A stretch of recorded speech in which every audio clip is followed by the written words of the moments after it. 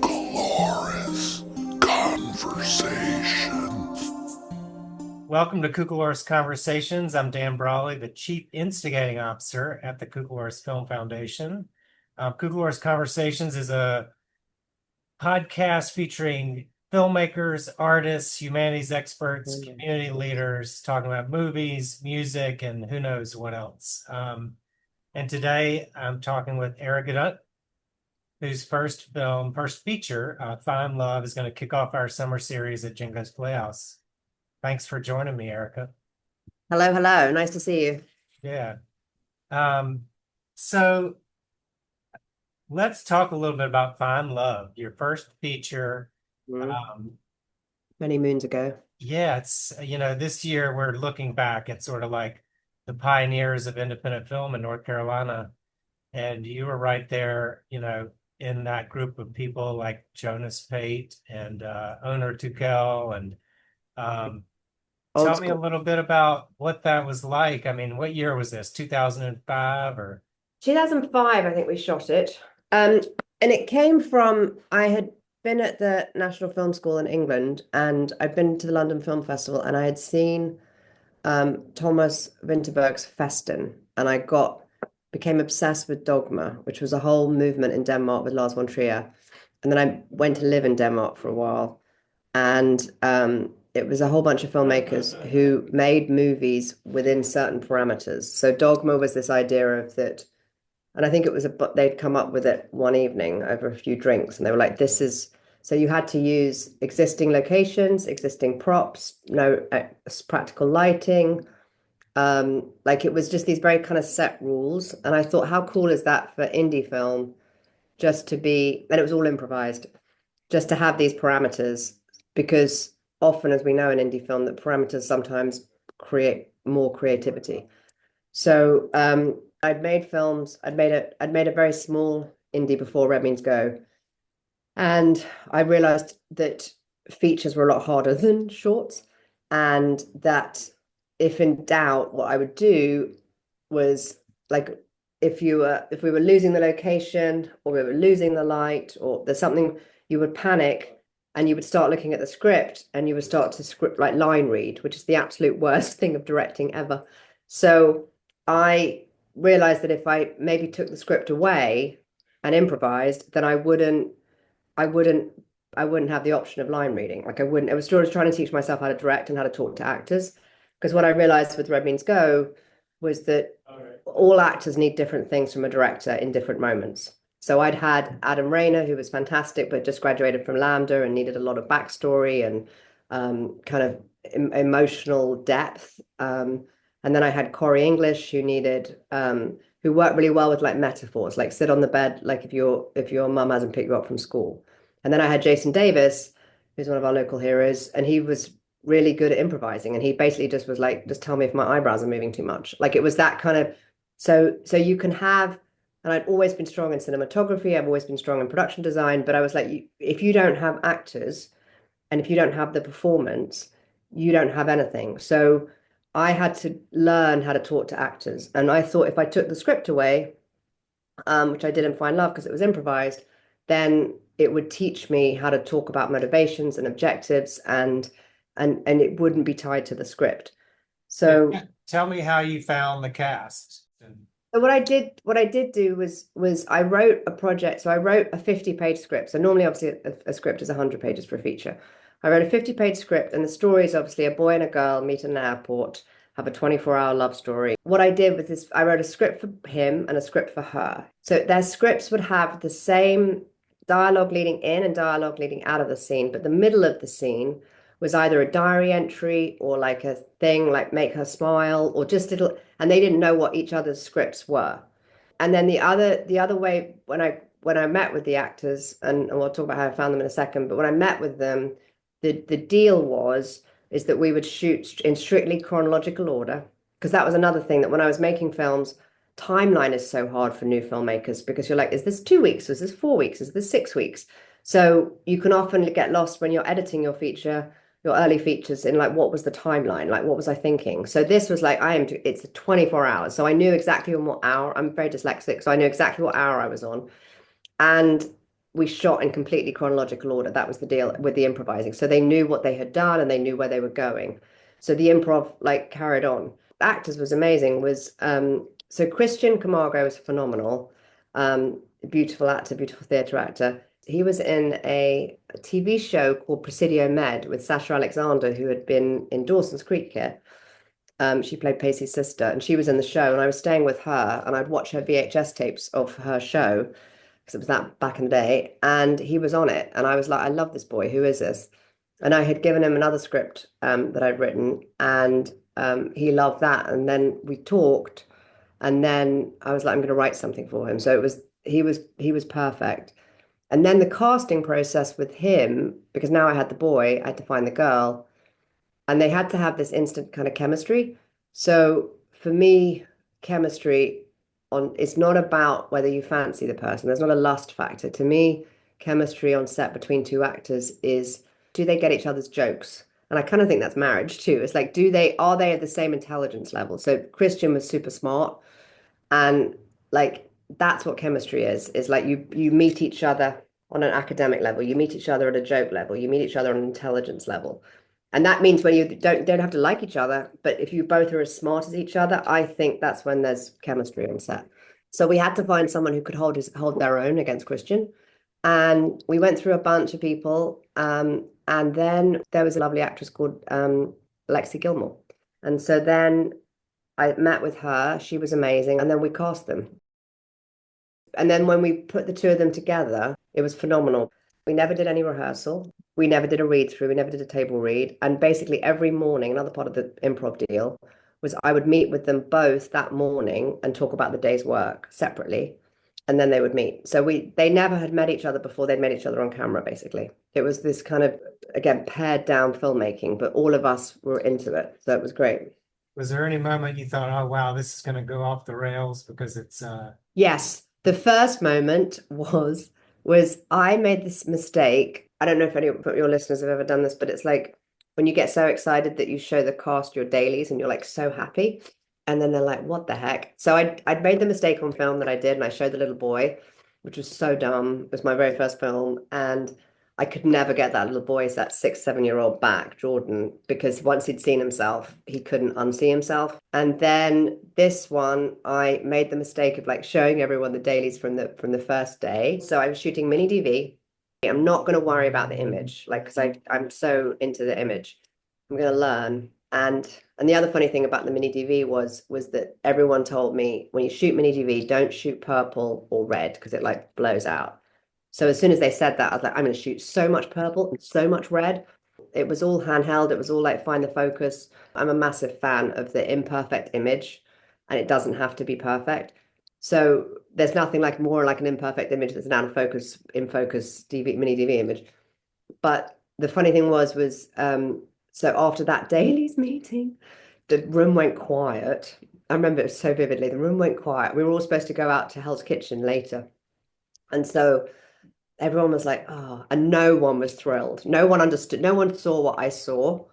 And it was so obvious. And everyone went to the Hell's Kitchen, and I sat by myself, and this is totally true. And I bawled my eyes out and on the couch. And I was like, oh, fuck, it's day one. And I've lost everybody.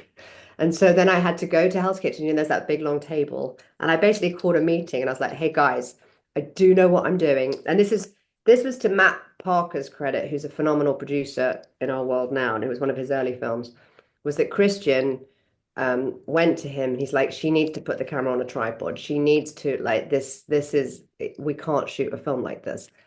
So, but Matt Parker, but this was like what really good producers do, is they believe in their directors and they protect their directors. So Matt Parker never told me that. Like, if he had told me that night, that Christian was like really worried, that would have devastated me, because I wasn't as, I was strong, but I would still be in my head. I'd get in my own head about it every time I saw Christian. So Matt Parker never told me that. Like, he didn't tell me that till years later. And that, again, is what really good producers do. And I think that's when you make really good films, is that you're not trying to, when to talk to a director and when not to, in a way, like when to protect them with the information that they really need, and then to protect them from information that they don't need. So I will love Matt Parker forever for that. So then Anyway, so then we made the film. I never put the camera on a tripod, as you'll see. We made the film, and then I had this, and I also had a secret weapon, which was Olivier, who was my editor. Really good editors. And it's such an obvious thing to say, but it's really hard. They know exactly which frame to cut on. And there's 24 options, and they know which one instinctively. And I think that you can't teach that. Like, it's the hardest thing. So he was my secret weapon too, to make it real. And then the nice part of the story was that Christian wrote me this beautiful letter at the end. And his mum was a big actress in soap operas. I can't remember, like As the World Turns or one of those. And he wrote me a letter, and he's done loads of films, and his body of work is amazing. And he said, I'm sorry, I never saw like what you saw.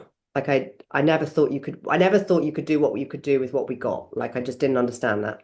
And then he goes, and this is my mum's favorite film I've ever been in. And that was like the best thing. So it was just really nice. And Talk like, about pulling those local folks together. Zach Hanner's, and I mean, you've just got a really I cool got everyone. Sandy's in it, Zach's in it, Cullen's in it. That's what the kind of the beauty of Wilmington is that they know my work, they know me, they know what it is, and they know their value. I mean, in some ways, Spy Love is a little portrait of Wilmington film from that era because of all the people that you pulled into it. I want to switch gears a little bit though. Yeah. Tell me about the music. How Yeah. did you find Moom? You know, I don't know if you know this, but Moom is my favorite band. I accidentally attended a Moom concert in Italy in 2003. I Ah, tried to buy a ticket to a theater performance, which I wouldn't have understood because it would have all been in Italian. And they were like, we don't have any tickets to that, but you should see this band. oh, so It was in amazing. an old train station, and I'm been a huge Boom fan ever since. One of the nice things about film school is not necessarily even what you learn, it's who you meet. I would say you meet all these people from around the world, like Natasha Breyer from Argentina and Alexis, and Siggy was from Iceland, Olivier from Denmark, and they just all sort of unpack their invisible suitcases, and they're storytellers, and they're like, this is our stories, these are the films we like, these are the stories we like. And I came at it from a different point of view because I'd grown up in it. So I was always planning to be a lawyer because my mum wanted a lawyer, and I loved LA law, and I have a law degree, and I thought that's what I wanted. Like I always wrote school assemblies, I've directed, but I wasn't on this path. I wasn't a cinephile. I wasn't like, I just had been on set my whole life, and knew my dad. And if you sit with my dad, as you know, he doesn't stop talking through movies, and just like you learn it from osmosis. Look at that light, look at that bat, look at that wig. That's a bad wig. Look at that makeup. It's beautiful. Like it's always image, image, image. So I'd had that in my head forever. And so then when I made my first film in my last year of law school with my older brother Lester, then I fell in love with film. And then I went to this National Film School for 3 years because I knew that my mum's heart was going to break.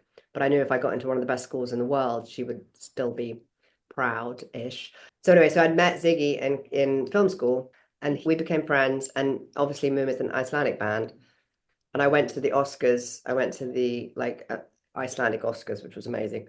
But what was funny was that I'd met someone, he was called Alex, and he was at Fat Cat Records, and Fat Cat Records were the manager of Moom. So I kind of had permission from the band and love from the band. And because the soundtrack that's the only soundtrack that we use, it just gives it this really consistent, which I think is again really important if you're playing with the imperfect image. Sound becomes, and Alex did the sound design, that's Mikowski, who's phenomenal, and my greatest weapon. It just makes it feel whole. So the amount of edits and the editing, but then you have this one clear sound all the way through, that gives it the sort of consistency that you're looking for, that the inconsistent image doesn't deliver, But that was how I found Moom. So that was kind of funny. And are you and is it true dogma? Are you playing Moom on a like boombox as you're shooting scenes? No, I wasn't playing Moom at all, actually. No, we didn't have time. I play music a lot now, but no, and the other really funny one with the locations, it was classic. We'd gone, we'd driven, we'd shot, and I would choose locations that were pre-lit. So we'd shot at south of the border because that had all the lights. So I'd just have them walking or under the fluorescent lights that were there. We'd shot all night at south of the border, and then we drove back. And I remember all of us sitting in the airport, in Wilmington Airport, because I would always put airports in the beginning of my films for production value. And Wilmington Airport you could get because it was a state-owned location. You only had to pay security, and they were really nice about filming. And so again, it was back in the day before all the security. But we all sat and they let us onto a plane in the middle of the night at like 6 in the morning, 5, 6 in the morning. And that's the whole crew as background. There's the plane scene. But we had to wait till the whole airport cleared out, which is like 3, 4 in the morning. So I just remember all of us like sleeping in between like 3 in the morning, in between south of the border and then getting on the plane. Yeah, I mean, you probably couldn't make that movie again today. You could never make that movie again today. Like you'd never get the permissions and and actually in our new film, we try to go back to the airport because it is my like safe space. Because again, the moment you put an airport in an indie film, you're like, oh, this is like I always say it's like production value. And you can put it in the first 5 minutes, which it always is, then the audience is like, oh, this isn't a low budget shitty one. Firestarter starts with a scene at the airport. It's a great airport. Yeah. My producer from LA just came and he's like, I left your house at 4:15 a.m. and I was at the gate at 4:28 and boarding. And I was like, welcome to Wilmington. Yeah. So we do have that going for us, but we do not have a direct flight. And I think our industry would change dramatically if we had a direct flight from LA. Well, anything else about Find Love that all 20 years later that you think is really special, or that anything you learned from making Find Love that you still feel like shows up on set when you're working today? Yeah, I think what was here's the funniest one was that I had made this big book on day one. And I remember because John Slade did this. So I made this big book and it was like, again, because I'm dyslexic, I like everything written down and I don't storyboard necessarily, but I'd made this like lists and all this kind of stuff. And I had a whole plan how to make the film. And then on day one, we were shooting down by the port and on the I left the book. There's this huge thick book that took me like months to make on the top of a car, and we lost the book. And it was like, and John Slade, I remember because he was early on, John Slade spent like a day and a half looking for that book, which was so nice, and we never found it. And I just had to make the film off book. And it was like such a lesson of like, you can do all this preparation. And I remember Natasha Brea saying to me on our very first short that we did, The Feet, she was like, Erica, like making a movie is like you have all these bricks and you build this building, you make this amazing building and you're so proud of this building in prep. And then on day one, someone comes in and puts a bomb in that building and it goes boom. And you have like however many days to try and make the building again. It was like, and it was exactly that. But now I think the biggest thing I learned was actors are everything. So if your way into any movie is through an actor. So if you don't believe them and if you don't feel for them, it doesn't matter how pretty your pictures are. It doesn't matter how cool your shots are. It doesn't matter how cool your editing is. If you don't make an audience feel, then you don't have anything. And I think Find Love was my first film where I really understood that. And then that's sort of been my, like even in my meetings for Ted Lasso or for Julia or everything, when I go on set, I don't look for the cool shots. I look for efficiency. I definitely still work fast and episodic. You have to work fast and episodic, but I still work really fast. I'm an efficient shooter still. But you have to look at what's my way into this scene? How do I make people feel? So I'm always at the monitor feeling, like you're not even like looking at, I mean, aesthetically, I'm OCD and obsessed with my image and I paint a picture every single time I'm in a camera, but it's always about, do I feel? So that was the biggest thing, is that actors are everything. And we did do, the other fun thing was that I did was before the term Easter eggs, I put a heart in every single scene in Find Love. So if you can go through, you can pause every scene and there will be a heart in it. So it was like the silly weird thing that I did. And I was like, I don't know of anyone who's gone through Find Love and paused and found every heart, but I did it. The pin on her badge, it was a sticker in the mirror. It was the "We love our customers" in the coat hangers. So it was like this thing of Easter eggs before Easter eggs. Friday, June 13th, 7:30 p.m. at Jengo's Playhouse. Come see Find Love. You can try to catch every heart in every scene as you watch the movie. Erica, thanks so much for joining us. No, thank you. I love Cucalorus. I love what you do. I'm making a new film for you to play at Cucalorus. Yeah, it's a groundbreaking place for filmmakers to meet each other and to see each other's work and to support each other. So, yeah, and you've always been at the forefront of that, Dan. So thank you. Thanks, Erica. Cucalorus Conversations.